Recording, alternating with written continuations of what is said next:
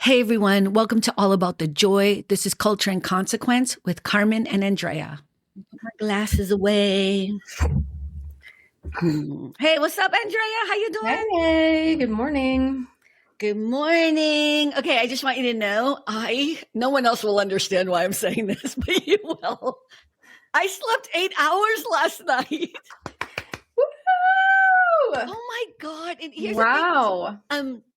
I'm so excited because I've been working on my sleep situation, and I realized so since I've shared that, I'll just tell everyone, I usually sleep 3 to 4 hours a night, and that has been my entire life. And it became a much bigger problem it's always been a problem, but it's like any noise. I hear it, I get up. And all the white noise, all the put the fan and whatever, none of that ever works because it makes me even more I can't really hear, so I have to stay awake. You're vigilant. Yeah, totally vigilant. So I had to deal with it because after my surgery, I just couldn't get back to working out because I had no energy. And it's like that weird cycle. And so yeah, I've been working on my sleep, and I've been sleeping 6 hours a night, kind of consistently. Consistently means 3 nights in a row. That's what that means. And then last night, I woke up this morning. I'm like, Andrea would be so proud of me. I am. I'm thrilled for you. So what? Share with the world, girl. What are you doing? Oh, well, I think everybody has their own, it's all individual. For me, it really is a sense of security, you know? And then someone said to me, I won't say who it is, but he knows who he is. It's like, well, if, I could stay over. I'm like, that's not, no. No, I'm good. that's not the problem. No, that's not gonna work. So for me, it's been a few things, and it's been a lot of things, but one of them is I stopped wearing my watch. I don't wear it to sleep. But what I realize is during the day when I'm looking at my steps and I didn't accomplish my steps, I didn't whatever, or my heart rate or whatever, and having that anxiety added to my going to sleep at night feeling sad that I didn't accomplish whatever workout goal I thought I was supposed to have that day. I know it sounds weird, but it's all these little tiny things. I think that I'm going to say this this is going to sound really bad, but I do feel unsafe. And that's been my entire life because I always sleep with one eye open. It's just the way I grew up. So dealing with that means having weaponry around my house. Oh my gosh. Okay, we're gonna have to talk about your weaponry offline. But No. So that's why I put it that way. I know that sounds weird, but feeling and I'm not advocating anybody else's. That's why I'm saying it's what can I do to make myself feel safe? Well, part of it is I know it's a habit from growing up, but it doesn't matter. It is what it is. So what are the worst case scenarios? What are the worst case scenarios that can happen? So how do I fix that? If I think somebody's going to come while I'm sleeping, is there something I can have in my secret compartment in my bedroom that will hurt that person? You know what I mean? Right. I know it's stupid, but it's not stupid. I know, but it's working. So don't even try to come in my house, bitch. That's what I'm trying to tell you. That's the moral of this story. That's the moral of this story, baby. No. Also, just other things not drinking water after 8 o'clock at night, making sure I drink all my water before 8 o'clock so that when I go to bed at 9:30, 10 o'clock, I do go to bed early because I get up at 4:30, 5 o'clock in the morning. But I'm not getting up to go to the bathroom, which I think was the other part of it too, was it's not just that everything wakes me up. It's that I then have to go to the bathroom, 3, 4 times during the night. That didn't help either. Blackout curtains. I've always had them, but I didn't have the great ones. I didn't have the good ones. Having the place really dark. So it's just been a constant changing of so many habits. And then you had mentioned something, and this made me feel better. I had said to you, I always fall asleep on the couch when I'm watching TV. I was like, I wish I could have a TV in my room. somewhere along the way, I made it against the rules for me to have it. And you were like, get a fucking TV in your room. Do you know what I'm talking about? Like there's all this thing. So I didn't get a TV in my room. I didn't do it because I don't want to buy another TV, but I do have a, I don't know what they're called. You know, it's a sound, those little sound system box. Let me just show you what it is. One of these.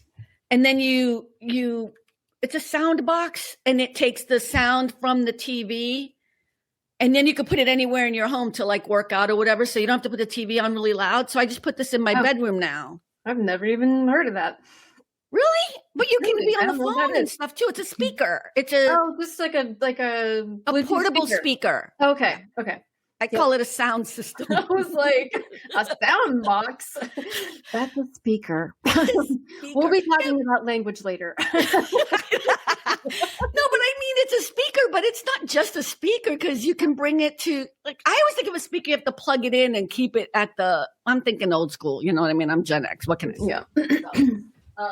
But yes, we will be talking about language later today. How are you doing? Are you doing good this morning? I am doing really, really great overall this week. Why, you might ask? Because my children have gone back to school. It is the little things, right? Yay. I love those people. They are my favorite people in the world. I absolutely love spending time with them. 3 weeks at home was too long. Wow, was it 3 weeks? It was 3 weeks. I think that's kind of the standard these days. And, you know, as you know, it rained quite a bit during that time. So we were all in the house together for a long time. My husband was off for 2 weeks. Oh, yeah. It's we had guests for like a week. Again, love them. Happy they were here. But I am accustomed to being alone for most of the day. And, you know, I'm already a pretty big bitch. And like, would you stop that? My last weekend, it was off the charts. Like I would wake up and just be like, right.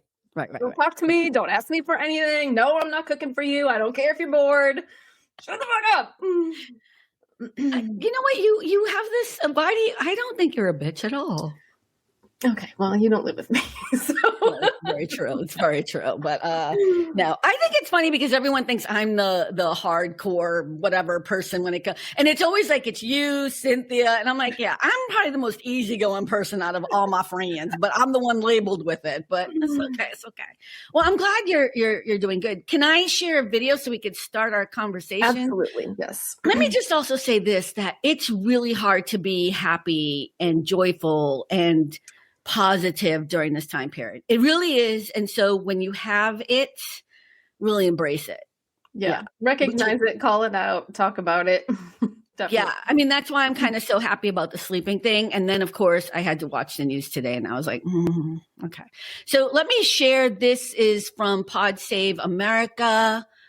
That woman is part of a broader left-wing network to attack, to dox, to assault, and to make it impossible for our ICE officers to do their job. Everybody who's been repeating the lie that this is some innocent woman who was out for a drive in Minneapolis when a law enforcement officer shot at her, you should be ashamed of yourself. This is classic terrorism. You guys are meant to report the truth. How have you let yourself become agents of propaganda of a radical fringe that's making it harder for us to enforce our laws? She tried to run somebody over with her car, and the guy defended himself when that happened. Next question. There's a part of me that feels very, very sad for this woman, not just because she lost her life, but because I think she is a victim of left-wing ideology. I would appreciate everybody saying a prayer for that agent. He deserves a debt of gratitude, and I think the media prejudging and talking about this guy as if he's a murderer is one of the most disgraceful things I've ever seen from the American media. He deserves a debt of gratitude, a man who no one disputes, shot a woman 3 times, twice at close range. Keep in mind, earlier on Thursday, Vance tweeted that Renee Good was a, quote, deranged leftist. Just imagine what J.D. Vance would have said or done about a Democratic politician who called Charlie Kirk deranged the day after he was assassinated. In the 10 years since Trump came down the escalator, that might be the most angry, infuriated, and disgusted I've been at something a Trump official, including Donald Trump himself, has done or said. J.D. Vance is disgusting. He lies with such ease, with such little compunction. He is unburdened by decency, morality, shame. He does it with confidence and arrogance. And even more infuriatingly, he does it well. He can make any argument sound clever, at least on the surface, just to have such little humanity after someone was killed. Not a lot shocks me. I am shocked by just how the administration has handled this. They could have so easily been like, we have our own opinions. We think that it was self-defense, but we'll let the investigation play out. But they're like doubling and tripling down, which I guess is what they do. But I also think it's a signal to everyone that like, we're going to do whatever the fuck we want. We have the guns, we have the legal system, and the rest of you can fuck off. So I thought I would share that because I thought it was an interesting segue into what we're going to talk about today regarding language. And I actually think J.D. Vance is a much scarier issue than Donald Trump any day of the week. This morning, as we are coming onto air, Donald Trump last night, I guess, threatened to use the Insurrection Act, which basically means allowing the U.S. military to come into the streets of Minneapolis, and the military is not allowed to go against American citizens, but that's what the Insurrection Act would allow the president to do. So yeah, I thought I would just share. If people don't know who Pod Save America is, I'll just tell you right now that that gentleman, John Favreau, was the speechwriter for Barack Obama. I don't care if you like Barack Obama or not, but every time he spoke, that man had something to do with his speech. Brilliant, brilliant individual. So, but anyways, thoughts? Well, I agree with you that I think J.D. Vance is much scarier for all kinds of reasons than Donald Trump. I mean, as much as, you know, we will all be popping the champagne and dancing in the streets the day it happens, we do have to think about the 15 seconds later when J.D. Vance becomes president, if God willing it happens soon. Okay.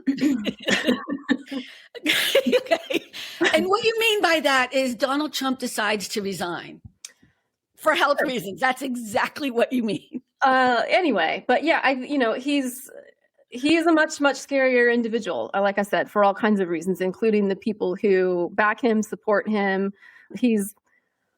I'm hesitant to say smarter, but he is certainly smarter than Donald Trump. I agree that he knows how to use language. He's less, I don't know, charismatic is the word that's coming up. I don't know that that's the right word, but I don't think he would have the legion of followers and, you know, the cult-like following that Donald Trump has. But they have put things in place at this point such that he could very easily take over and you know, be much more of a dictator than even Donald Trump is. So I do think that's something that we need to look out for sure. Absolutely. I want to talk about the language thing because so I didn't mention one of the people that I read on a regular basis because he wasn't part of that group. So there's Pod Save America. There are all these different things we talked about last week, but Professor Eddie Glaude is someone that I revere. I talked about him on Friday Night Live as well. I just think he's an incredible writer and human being, and he follows us on Substack, which shook me. And so every Friday he delivers a summary of what's going on during the week, but it's not a newscast. It's really what he feels is going on. And he always embeds in there things that we can learn about who we are historically, and it's just an interesting read on a Friday, and that's what I usually do. But on Monday, which was a very important day for me, he threw in a George Orwell essay that I had never read, but you've read it before. And the name of it is, see, I thought I was all prepared and everything. Hold on one second. Politics and the English Language. And it was written in 1946, okay? So we're right at World War II, right? 1940, right at the end. Right at the end of World War II. 45. Right. And so he's writing this piece and it's all about language. So do you want me to do a summary or go ahead, Andrea? I know you've read it a long time ago and fucking, I sent it to Andrea thinking I was like sharing something new and shit. And she's like, oh yeah, I read this and I did a thesis on it and I know everything about it. Go ahead. No, I don't know everything about it. I remember reading this in a writing class that I took in undergrad. I don't remember who the professor was. I don't remember the context of the writing class. I remember, as you said, it being very dense. Really hard to read. It's really hard to read. You have to read it a couple of times at least to really grasp what he's saying. And it's also very like prescriptive, like he's really telling you what to do. So I don't know what the context of him writing it was. Was he just like throwing it out there? Or was, I don't know. But anyways, but I do a lot of writing for work and always have. And I think about the concepts in that essay every single day. Every single day, I think about the concepts in that essay. It's really important. And I think, to sort of bring it back to what we're talking about, it's really about how people of all kinds, and I'll kind of talk about who those people might be, use language to guide the way you think about things, right? And so specifically, I think what I would say is media, definitely law enforcement, politicians, even academia, right? They all use language in a certain way, quite often to hide the truth, hide the actual meaning, hide what it is they are trying to say, because they want you to believe a certain thing. They want you to, and maybe they're not straight out lying. Oftentimes they're not straight out lying. They're using language to make you think a certain thing or to imply a certain thing. Or to confuse you so that you don't know. So I'm going to read what I wrote under the essay because, again, there are little things in my life that make me happy, but Professor Eddie Glad also said spot on to what I wrote. And he doesn't normally... Anyways, these are the little things in my life that make me happy. Okay. So this is what I wrote underneath. So he wrote his introduction and then he put the entire essay for everyone to read it. And then I wrote in the comment section along with other people, but I wrote, I'm going to share something I probably shouldn't, but I can't stop laughing. Today's my birthday, and I was so excited to see your post today. Oh no, until I started reading. This is a dense, hard read for me, but after 2 reads, real slow, I think I get it. You're warning us that Orwell said back then is the same today. Political language that is vague, inflated, and dishonest is not by accident. It helps politicians hide the truth and avoid responsibility. This is how they manipulate the public. I don't know if I need to read. When writers rely on cliches and abstract phrases, they stop thinking clearly. And that, and that fog spreads to everyone who reads or hears them. Clear language forces clear thought, and clear thought is essential for a healthy democracy. So while we can't fix it all overnight, each one of us can resist by choosing simple, concrete, honest words instead of ready-made phrases that numb the mind and disguise reality. And there's a part where he says something like, how can you fix fascism if you don't know what fascism means? And that's kind of the crux of it. I thought that was such a fantastic summary, by the way. Oh, thank you so much. A+, Carmen. Thank you. Well, here's the thing, too. I think that, so I want to tie it back into why Donald Trump actually works for so many people. Because for so long, I think our education system has not given us the ability to understand everything that's going on. And I was thinking about this the other day. I don't remember ever in high school or in college, but definitely not in high school, reading the Constitution. I remember the Pledge of Allegiance. I remember having to do that in the mornings when we were younger. I do not remember us reading or understanding the Constitution and knowing what our rights are. And I'm like, was that by design? Like, and I'm not, I am not the suspicious whatever thing, but it's kind of that same thing. So when you start hearing about politics, why is it so many Americans don't vote? Why is it so many Americans don't take to heart what's going on in their local and state and federal government? It's because we don't know. We don't understand it. It feels confusing. So here comes Donald Trump, who talks like us. By the way, he doesn't talk like us. He does not. He is very simple. He doesn't have vocabulary. He doesn't have a sense of logic. This isn't just now. But as Americans, because we're not nuanced enough, and I'm saying all of us, I'm not going to take that. A lot of people gravitated towards this he talks like us thing, but actually he doesn't talk like you. He manipulated you because you did not know, because we were not taught. Is that a fair enough assessment? I think it's pretty fair. I'm always a little reluctant to release people from responsibility, like you did not know. But I think you're right. I mean, we've talked about this before. We as a country have not prioritized educating people. Certainly we haven't prioritized civics, understanding our government, understanding the Constitution, all of those kinds of things. I mean, in their senior year, I think in all across the United States, students take 1 semester of government. They take 1 semester of government and 1 semester of econ. I know this how, because my daughter just finished her 1 semester of government. Yeah. Econ is economics for those. Yeah, sorry.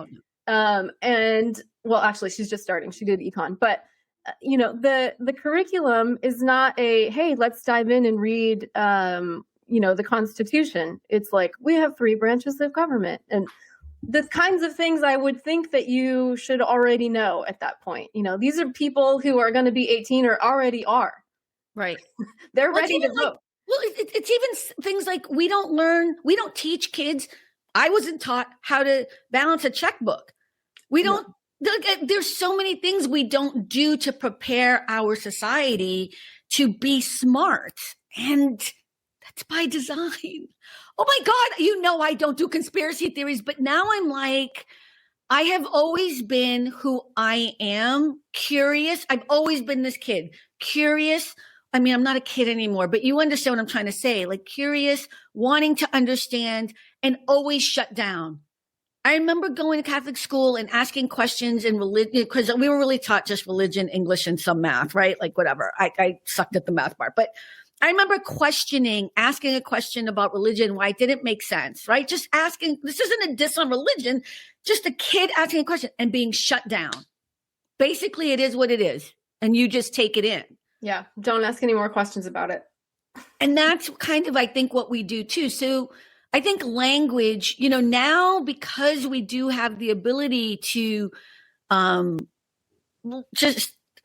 know this is, I'm a big Eddie Glaude fan, no doubt about it, but the ability to even be able to read his stuff from him and hear him every week, it changes the dynamic, right? You can hear him and I can understand what he's saying easier than when he's writing it.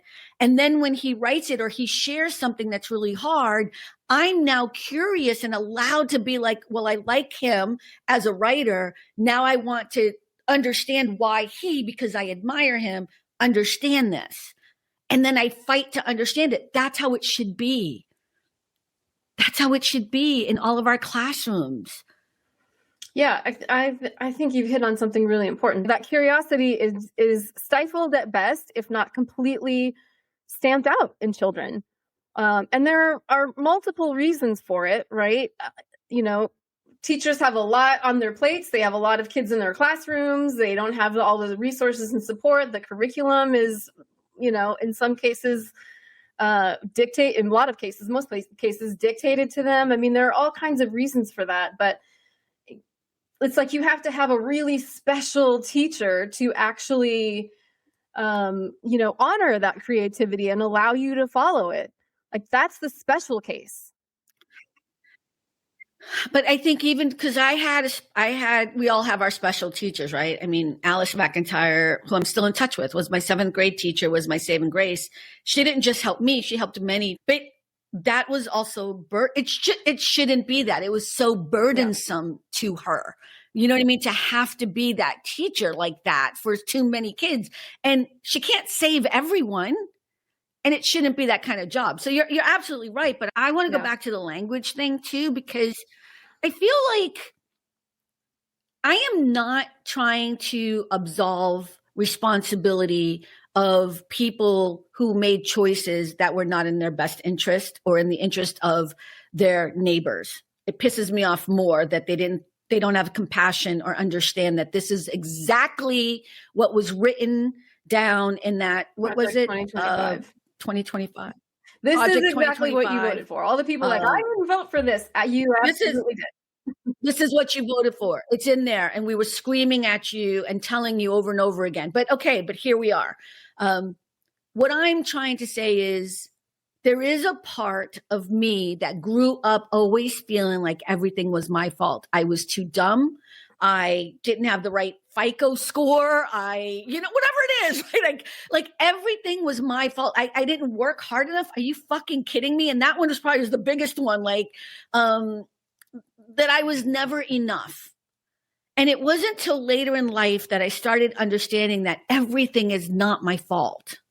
Everything is not my fault. I don't have control over why people are racist towards me and won't give me a fucking loan, even though I have a 750 credit score, whatever, and I have income or whatever. I can't fight people who are like, Garaming Suarez is not going to get it. Yeah, I don't have control over how that works. I can't force the bank to be like, no, my name is Mary O'Donnell or whatever.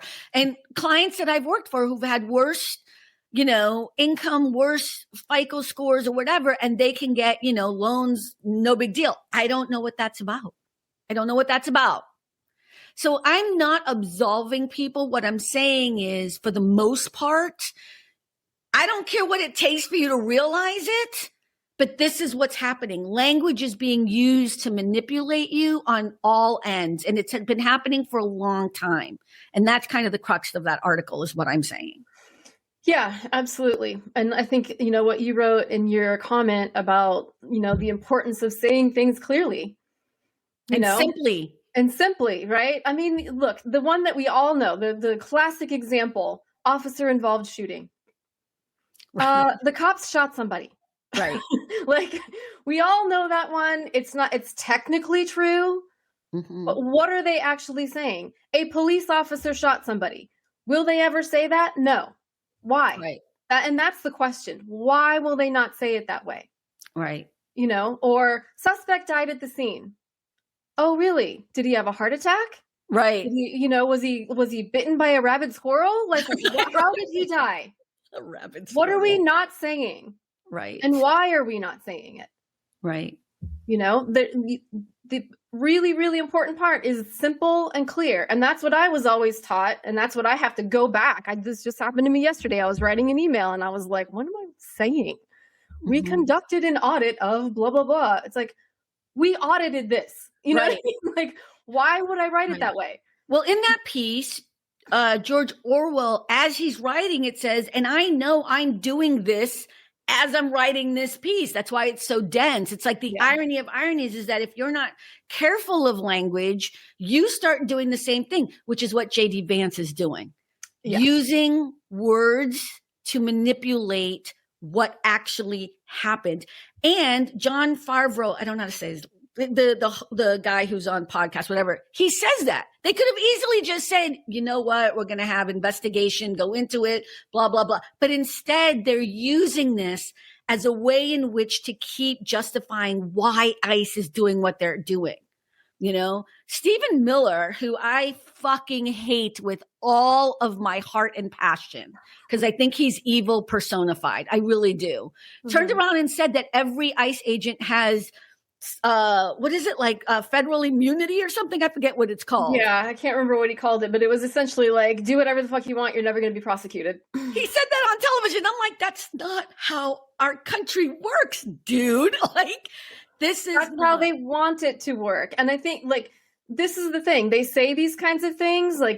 Trump talked about just this morning. I read it was Reuters, so I think it's probably true. He said something about, I've accomplished so much. We don't even need to have another election. Right. Oh, see, yeah. Right.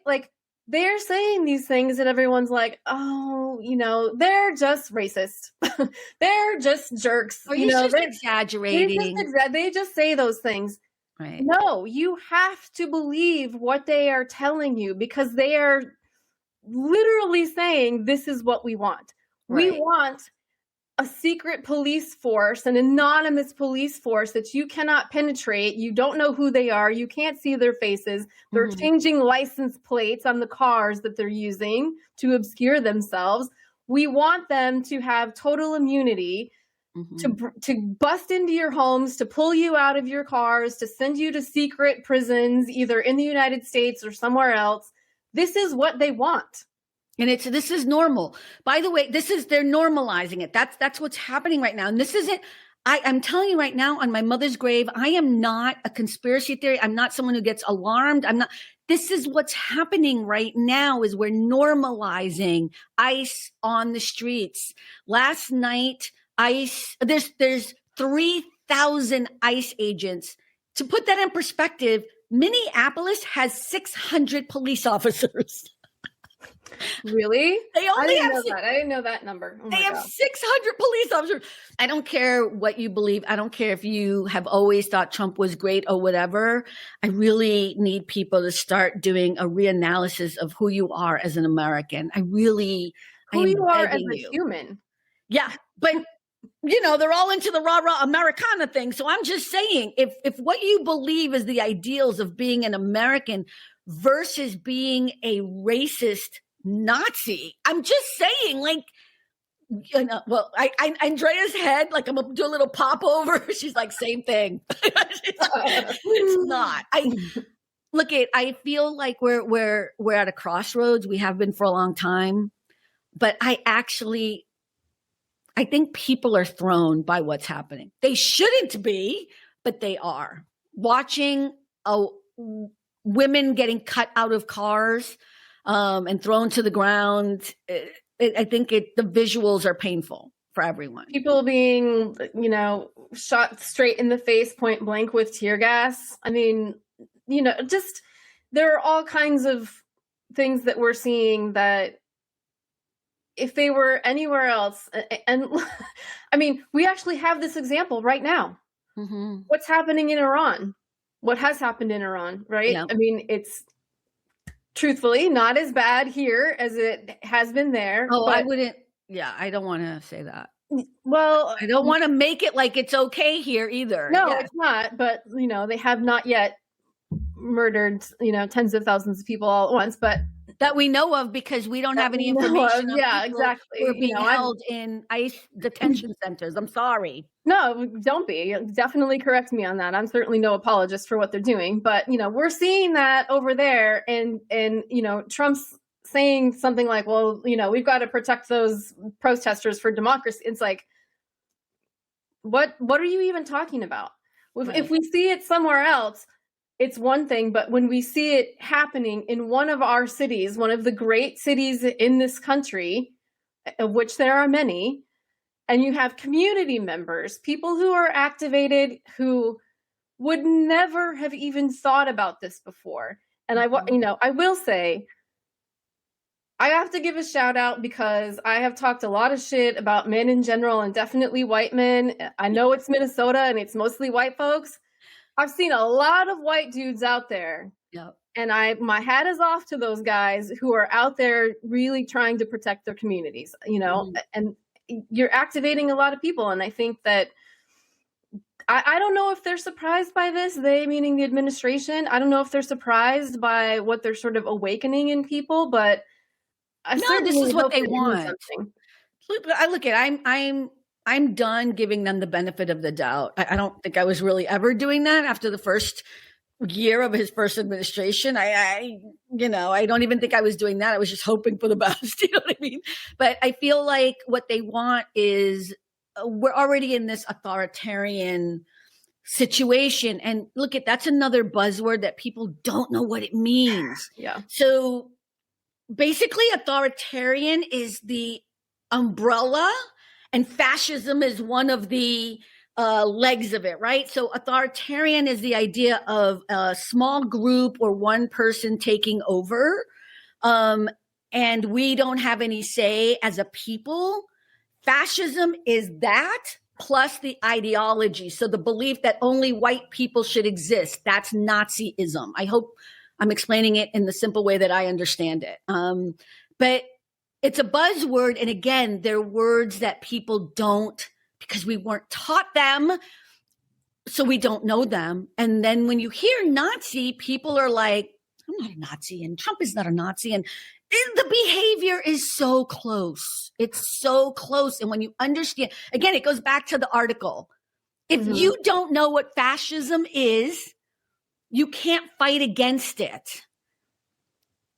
And them saying that they're not any of that doesn't make it true. You can see it with your own eyes, what they're doing. They're picking up brown and black people, right?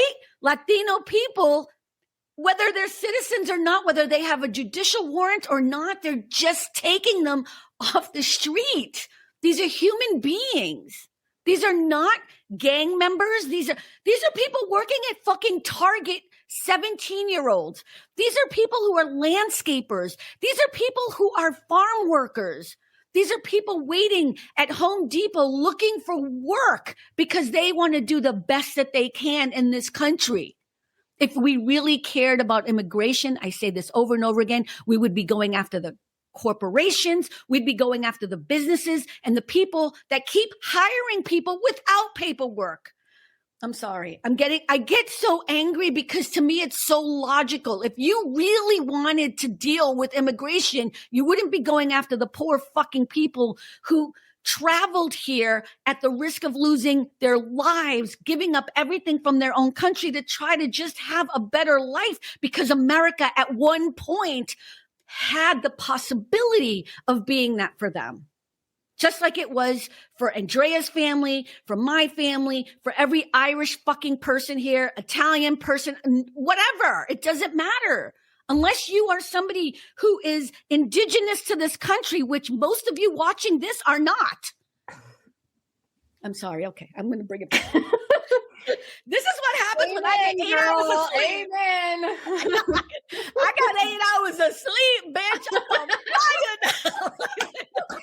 This is what happens when Carmen gets a good night's sleep, everybody.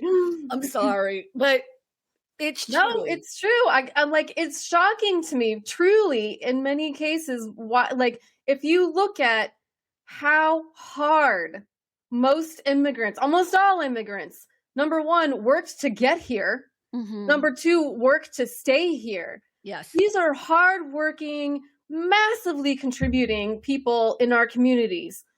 Why would you not want them here? Why would you not want them here? And why would you believe, why would you believe they're stealing from you? I want you to show me. For every time I hear this, they're stealing, they're taking our whatever. I want you to name them and send me the information, because I don't think anybody who ever spews that shit knows one person who's actually doing any of that. They're just, again, language. You're being told stuff, you're repeating stuff, and you're not actually understanding the bullshittery that's happening. Well, and a lot of times the people who are saying this are people like, they're stealing our jobs. Are you employed? You probably are. I know, right? That sounds to me then like your job did not get stolen. Shut the fuck up. Right. And is the job that you're talking about the one on the farm? Because I think they need people right now. You know what I mean? Is it the construction job you're talking about? Because I think construction people need them because they're losing so many people because of this fear, you know? And look, I'm just going to end with this part. I love the idea that people think this is only going to happen to immigrants. Right. Well, that's not where it stops. I mean, look, as we know, this type of law enforcement action, we'll call it, to use a euphemism, has been happening to Black and brown people, Black people probably more specifically, forever, since the beginning of this country, you know, and on and on and on and on. This is not new to people whose skin is darker than mine. Let's put it that way, right? The fact that this happened, you know, the shooting last week, Renee Good, you know, this is a white lady in a white city, really, you know, and it was, you know, it's one of those things that activates people because it's all of a sudden like, it's happening to us. It's happening, you know, how can this be happening? And it's like, well, this has been happening. This has been happening. And this is the trajectory. The trajectory is now going to now it's happening to white people. Yeah. And look at authoritarian governments. What they want is control and power. you know, I'm always going to say it's a fake power because to me, that's not real power, but it's still power, you know, because right now we're all living under it. And that power gets activated even more when people fight against it. And if people cower down to it, then they keep having the power. Do you know, like, I'm not saying it well enough, but it's like we have to fight this if we want our country to be the country it's supposed to be, that we dream of, that we want. Because right now what's happening is Trump and his minions and J.D. Vance and Stephen fucking Miller are making sure that they're going to have the government they want, and they're going to do things. Look at Trump said it last night. I forget what the verbiage was, but this whole idea of like, we don't have to have another election. He's accomplished so much is what he said. That is part of the wording. That's what he's doing. He wants to put it in your head that we don't need to have any more elections now. He's got this. It's all set. That's not who we are. That's not who we want to be. And it's going to get worse before it gets better. And we need people, we need courage. We need courage right now. You know, not last night, but yesterday, the Senate tried to put guardrails on him regarding Venezuela. So the Democrats in the Senate proposed this, I don't know if it was a bill or whatever, but they're like, they wanted to put guardrails on him and they had to do a vote. And 5 Republicans crossed over to vote for it. And then when they did the vote, 2 of them, of course, cowered out because the White House went to them and negotiated with them. And so it failed because J.D. Vance came in and did the tie-breaking vote. Okay? So now Trump still can do whatever he wants in Venezuela without Congress having anything to do with it. Do you understand that Congress actually has more power than the president? And they're not using it to stop him. They're supposed to have more power than the president. Right, but they're not using it. They're scared and they're not using it to stop him. Congress has the ability to fix this, to say, hey, President Trump, if you want to go into Venezuela, we'd like to hear the argument for it first because we're here as the checks and balance. It's happening. You need to be aware. It's happening. Wake up. Yeah. I'm specifically talking to Trump people. Wake up. Come on. This is not what you want. It's what you voted for. But I'm telling you, on my mama's grave, may she rest in sweet peace. This is not what you want. This is not what you want. So, all right, on that note, thank you, Andrea, for letting me vent and scream and yell and whatever. But, thank you. Wait, did you disagree with anything I said? Is that why you? No, not at all. You know, I don't. Jesus, I'm open borders over here. You know what I mean? We don't need a homeland security. We don't need any of that. Just let them come in. Yeah. Yeah. I don't know if I agree. Look, we're not even there to have that conversation. Yeah. That's where you and I are probably a little bit different, but I don't know why we're so hateful of people in general who want a better life. I think that's a compliment that people wanted to come to the United States, you know? But yeah. It's sort of like outside of my realm of understanding as well. Like I said, like, why would you not want someone like that as your neighbor in your community?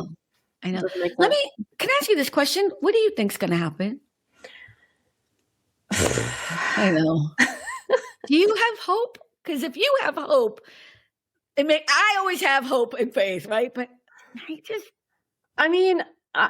I know you don't believe this. I am generally an optimistic person. I don't not believe that. I do have hope, but I also think that it's going to get really, really bad first. I do too. And when I say really bad, like, none of us even really alive right now have any understanding of what that looks like to have essentially a war in our country. Yeah. Minneapolis is experiencing that right now. What it looks like essentially to have an occupying force. We got a little bit here in LA. That wording. And I think that we're going to see more of that. And I agree with you. I think it's going to get worse before.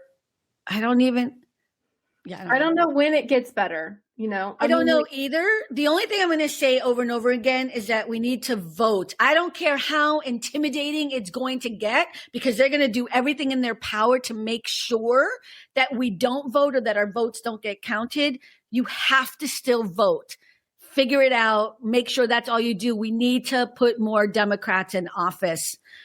We just have to. That is the only answer right now. And that's the only power we really have. And hopefully, Mark Elias and Joyce Vance were talking today on their podcast about where are the lawyers?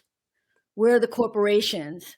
Where are all the big leaders? And it's always going to be the grassroots people that fight this, but they're saying, where are they? And they're two lawyers. If you don't know who they are, they're two big time lawyers, and they're saying they're fighting with everything they can, but the big time law firms are nowhere to be found because they've all capitulated, right? Just like the schools and whatever, the colleges or whatever. So we're in this fight. If we want our country, we need to know what's going on, understand the languaging, be open-minded, and